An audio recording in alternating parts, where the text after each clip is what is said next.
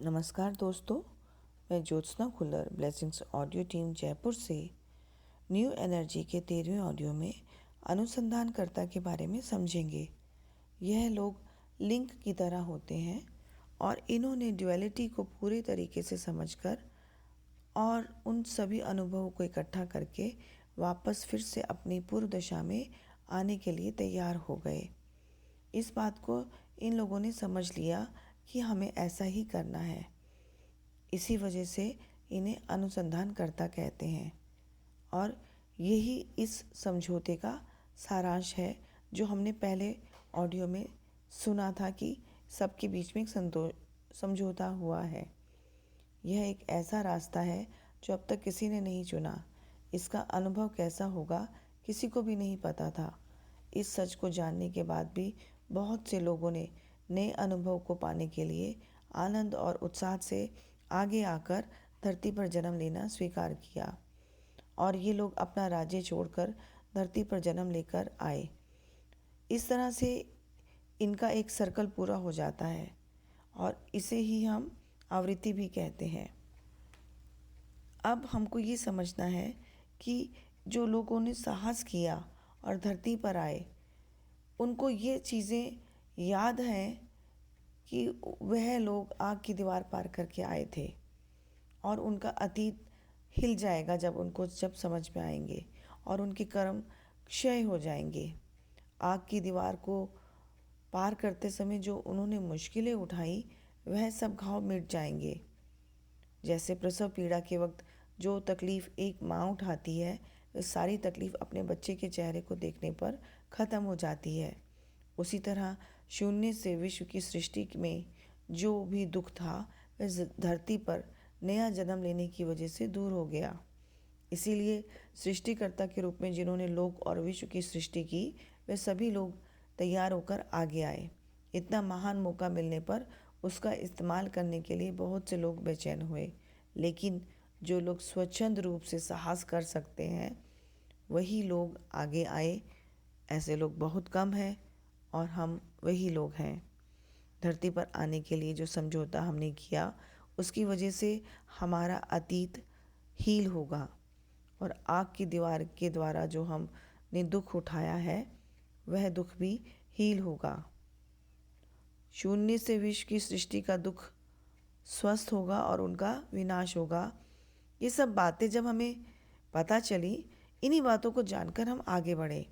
जो काम हम धरती पर करने वाले हैं इसकी वजह से विश्व में जो एनर्जी की रुकावट बनी है अब मिट जाएगी। समझौता किए हुए जीव पदार्थ धरती पर अपनी आत्मा का प्रवेश करने के लिए तैयार हो गए। उन्हें धरती पर आने से पहले की सारी कहानी भूलने के लिए तैयार किया गया।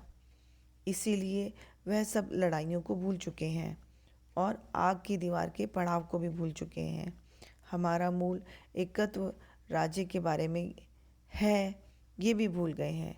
ये एक नई शुरुआत है जिसकी वजह से स्पिरिट को डुअलिटी के बारे में यानी कि दो तत्वों के बारे में समझने का मौका मिलेगा। निवास करने के लिए और जन्म लेने के लिए धरती को हमें सौंप दिया गया, लेकिन जब यह हुआ तब इस ग्रह का पूरी तरह से निर्माण नहीं हुआ था। जल अपनी पानी की स्थिति में था यानी कि द्रव के रूप में था। मधुकटक की कहानी में हम इस को समझ सकते हैं या इसको पढ़ सकते हैं। कंपाउंड वॉल बनाकर खाली स्थान सौंपकर आपको जैसा चाहिए उस हिसाब से घर बनाइए, ऐसा कहकर हमें धरती ग्रह दे दिया गया। उस वक्त धरती निर्माण की स्थिति में निर्जीव थी और वही हमारे काम करने के लिए दिया गया दफ्तर था, सीखने के लिए दिया गया स्कूल था और यही हमारी वर्कशॉप है।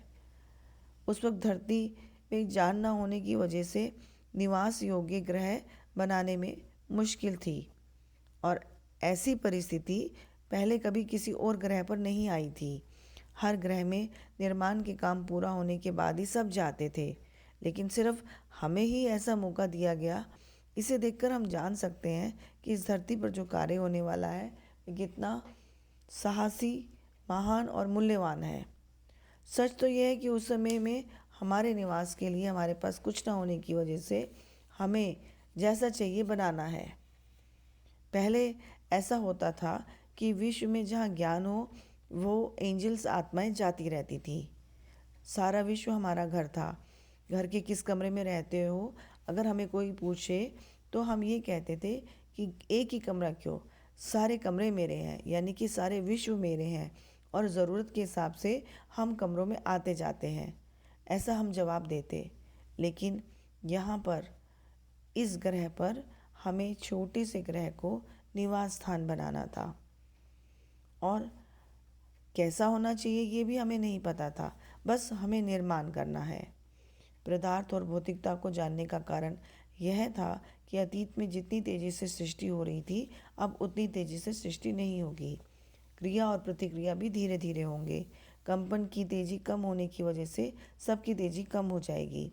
अनुभव में जीने का मौका मिला और इस मौके को हम कैसे समझे? कार में जाने के उदाहरण और चलते हुए जाने के उदाहरण से समझते हैं। अगर हम कार में जाते हैं तो हमारे को बहुत चीज़ें तेज़ी से दिखाई देती हैं, लेकिन जब हम पैदल चलते हैं तो हमें रास्ते में जाने आने वाली और जाने वाली सभी चीज़ों पर ध्यान जाता है, लेकिन वो धीरे से जाता है क्योंकि हम ज़्यादा वक्त लगाते हैं चलने में कार के कंपैरिजन। इसीलिए हम अच्छी तरह के से देख सकते हैं कि हमारे आसपास क्या हो रहा है और हम यहाँ पर अपने आप को काल और गति पर आत्मसमर्पण कर देते हैं। टीवी में जो खेल दिख रहा है उसे बार बार स्लो मोशन में दिखाया जाता है, यानी कि हमारे अनुभवों को अच्छी तरह से समझने के लिए ही उन्हें बार बार दिखाया या हमें बताया जाता है, यानी कि हम उन अनुभवों को बार बार महसूस करते हैं जब तक हम उस एक अनुभव को अच्छी तरीके से समझ नहीं जाते। लेकिन हमें ड्युअलिटी में जीने के लिए एक निर्णय लेने और मदद करने का मौका भी मिलता है। धरती पर आने के लिए कई करोड़ों आत्माएं आगे आई हैं, लेकिन सिर्फ ऐसे आगे आने से पर धरती पर काम शुरू और ख़त्म नहीं होगा। इसके लिए हमें दूसरी आत्माओं की मदद बहुत ज़रूरी है। आगे की ऑडियो में इन मदद के बारे में हम समझेंगे। धन्यवाद।